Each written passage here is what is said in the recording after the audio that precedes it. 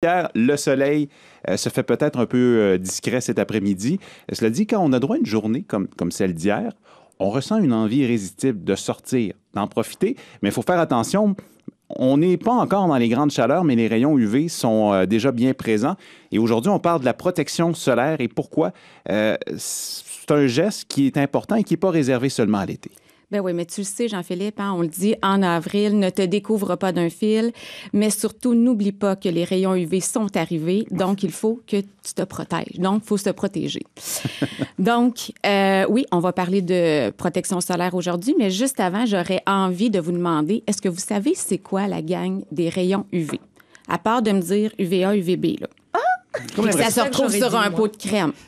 Ultraviolet.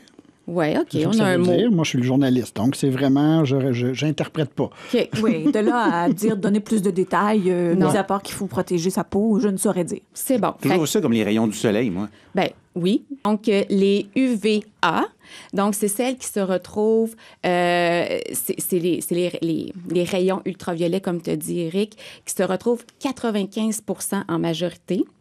Mais elles vont passer la barrière des nuages, des vitres et des autres protections, tandis que les UVB, elles vont être arrêtées, en fait, stoppées par ces fameux nuages. Donc, c'est pour ça qu'il y en a qui disent « Ah, j'ai pas besoin de me mettre de la crème parce qu'il fait pas beau aujourd'hui », mais qui reviennent avec un grand coup de soleil. Donc, c'est à cause de nos UVA. OK? Les UVA, ce qu'ils vont faire, c'est qu'ils vont aller solliciter la mélanine et non votre mélamine de cuisine, OK? Pour aller créer la pigmentation. Ça ne vient pas attaquer notre comptoir de cuisine. Non, c'est ça. Exactement. Okay. Pour aller au niveau du derme de la peau. Donc, on est davantage en profondeur, tandis que les UVB, eux autres, sont au niveau de l'épiderme. Eux, ils vont créer les coups de soleil. Par contre, les deux peuvent créer, en fait, des dommages qui vont s'accumuler avec le temps et donner tous les deux un potentiel de cancer de la peau. Par contre, mesdames qui sont davantage, mais il y a des messieurs qui sont considérés, qui sont interpellés par leurs rides et le vieillissement de la peau, mais ça, c'est plus les UVA. Parfait. Donc, ça, ce sont différents types. Oui. Et la grande question, c'est quelle protection solaire choisir? Est-ce qu'il y a des trucs à savoir quant à choisir, exemple, FPS 15, ou comme moi, là, FPS 60? 60, oui. Qu'est-ce qu'on choisit? Bien, dans le fond, le FPS, ça veut dire facteur de protection solaire. Donc, c'est notre grand bouclier qu'on déploie contre ces rayons ultraviolets qu'on ne voit pas, qui sont invisibles. Dans le fond, la protection peut être de différents grades, mais ce qui est recommandé par les dermatologues, c'est un FPS 30 minimalement, qui, lui, va couvrir à 96,7 %.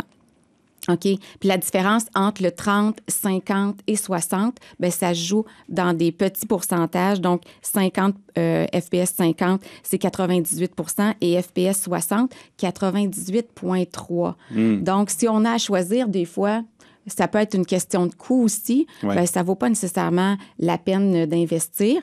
Puis, dans le fond, bien, souvent, c'est que, oui, le FPS, il est là, mais on oublie d'en mettre fréquemment. Et c'est ça le problème, c'est qu'on va en mettre une fois dans la journée. Après ça, on oublie qu'on a eu, par exemple, de la sueur. La crème est partie avec le contact de nos vêtements. Donc, c'est vraiment recommandé de se crémer aux 2 à 3 heures réguliers. On est bon avec nos enfants, pas très bon avec nous. Oui, parfois, on oublie une petite zone.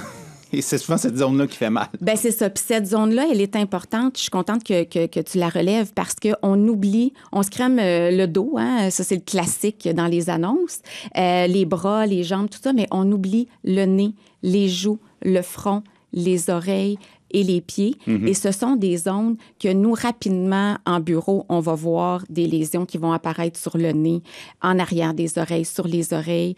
Et on a certaines populations qui sont plus sujettes à avoir des cancers de peau parce qu'elles sont plus exposées davantage que nous qui avons un travail à l'intérieur. Donc, les agriculteurs, les gens qui travaillent sur la construction, ceux qui font du jardinage, bien, eux, c'est assez fréquent qu'ils vont avoir des cancers de peau au niveau du visage. Oui, ben on peut mettre une casquette pour se protéger le dessus de la tête, mais les oreilles sont complètement exposées. Exactement. Fait que c'est sûr que, tu sais, on aime ça, les grands chapeaux, mais quand même, c'est important. Puis, comme toi, dans ton cas, je te recommande fortement de te crémer le crâne. Oui. Oui. Écoute, moi, ça fait... une exposition au soleil d'une dizaine de minutes et je peux avoir un coup de soleil parce que j'ai la peau très pâle, étant roux. Visiblement, je suis parmi les gens qui sont plus à risque de développer des cancers de la peau. Oui, puis dans le fond, nous, on a un critère, il y a un critère en dermatologie qui s'appelle le critère de Fitzpatrick, qui va jusqu'à 6. Et toi puis moi, dans nos petites peaux claires, qui brûlent facilement et qui ne viendront pas foncer, là, on n'aura pas d'effet de bronzage, nous, on ne connaît pas ça des démarcations, nous. Non, on ne connaît pas ça. Ben oui, Anne, c'est vrai, t'es quand même pâle aussi. C'est quelque chose, oui. Exactement. Oui. Donc ça, c'est les critères, les types 1 et les types 2 au niveau des critères de Fitzpatrick. C'est un critère de sévérité pour plus de chances, en fait, d'avoir de cancer de peau. On a aussi, bien évidemment, quand on a des antécédents dans la famille qui sont là, mais les expositions prolongées ou le fait d'avoir eu beaucoup de coups de soleil dans la jeunesse, ça fait qu'au niveau de la cellule, de l'ADN de la cellule de la peau, bien, elle va garder sa mémoire. On me dit qu'il y a un maximum d'heures d'exposition au soleil dans une vie qu'on peut avoir. Ah, ben là, tu me l'apprends. Oui. Puis c'est dans ce moment-là que les cancers de la peau peuvent arriver. Ben c'est ça, tu sais. Puis c'est vraiment, tu sais, avant, là, peut-être Éric a connu ça, là, tu sais, des gens qui se crèment avec de la lotion de bébé. J'ai connu ça, de la lotion de bébé. Ben non, oui. j'ai pas connu ça, Non. mais j'ai vu des gens. J'avais un voisin, c'est vrai, j'avais un voisin qui faisait ça. Il était reluisant de mon balcon du 3e, je le voyais en bas reluire. C'est ça. Mais ça fait souvent ça peut faire des cancers de la peau à retardement. Oui, c'est l'accumulation. Exactement. Puis là, comment on fait? Dans le fond, la question, c'est comment on fait pour s'auto-examiner? Parce que c'est important. Ça fait partie de l'aspect prévention. Je pense que vous le savez, hein, comment, au-delà de la vulgarisation, c'est important d'apprendre à se connaître son corps, mais aussi de demander aux gens dans notre entourage de nous regarder. Parce que dans le dos, ben, c'est quand même difficile de se regarder. Donc, nous, on essaie de le faire minimalement une fois par année là, dans le bureau là, quand on a nos patients. Donc, on regarde nos grains de beauté à nous. C'est quoi notre naturel à nous? Et après ça, ben là, on prend papier et crayon en ce moment et on note les lettres suivantes, A, B, C, D, E. Donc, facile. A, B, C, D, E. A, B, C, D, E. A pour asymétrie. Donc, un grain de beauté, habituellement, c'est rond. Est-ce que là, notre grain de beauté, il est ovale? Tu sais, un ovale ou c'est pas un rond. Il faut que ça soit vraiment très, très rond. Après ça, le B, c'est la bordure. Est-ce que la bordure, elle est irrégulière? Après ça, le C, c'est la coloration. Donc, on va voir souvent deux colorations dedans. Même moi, dans mon bureau, souvent, je vais prendre l'instrument qui sert à regarder le fond d'œil pour aller voir précisément est-ce que j'ai plusieurs petites couleurs qui sont dedans. Puis à ce moment-là, je vais pister le dermatologue quand je vais faire ma demande de consultation. Fait que là, on a fait C, il nous reste D, donc le diamètre. Donc là, on va mesurer.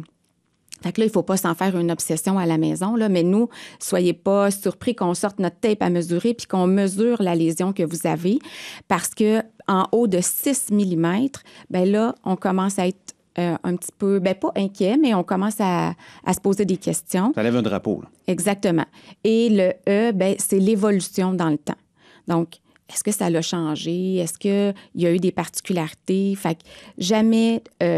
vous serez jamais mal reçu dans un bureau de médecin en disant « Ouais, ben j'ai une lésion, je suis pas certaine et tout. » Moi, je préfère que mes patients viennent me voir pour rien, si on peut le dire entre parenthèses, que de laisser camoufler des lésions. Mais suspectes. voir un dermatologue, c'est complexe, non? Il n'y en a pas des tonnes? Non, mais ça va bien. Ah oui? Oui, ça va bien. Mais tu sais, nous, on fait des gradations aussi. C'est pour ça que si je mets rien dans ma demande de consultation, c'est comme n'importe quel spécialiste, ça va prendre du temps avant que tu le vois. Ouais. Tandis que si je donne du matériel et que je dis, par exemple, ben Jean-Philippe, c'est un type 1 sur l'échelle de Fitzpatrick avec mes critères A, B, C, D, E. Puis s'il y a des antécédents dans la famille, ben ça sera pas long qu'il va monter en critères Intéressant. Oui, c'est ça, de priorité. Marie-Pierre, je veux terminer avec une question qui a été soumise parce que Plusieurs préfèrent se tourner vers ce qu'on appelle les crèmes minérales, Ouais. parce qu'ils considèrent que c'est plus naturel, meilleur pour l'environnement, la santé aussi. Est-ce qu'on a une protection aussi efficace avec une crème minérale? Bien, en fait, il faut dire c'est quoi la différence entre les deux. La minérale, elle est naturelle, tu l'as bien dit, souvent à base de zinc, ce qui va lui donner sa couleur, voyons, j'ai de la misère Sa coloration. blanche. Puis, dans le fond, elle va vraiment refléter. Mais elle ne rentrera pas dans la peau. Elle va rester en surface. Donc, c'est pour ça que ça pénètre pas puis qu'on reste tout le temps blanc. On ne vient jamais à bout, là. On n'en vient jamais à bout, puis c'est normal.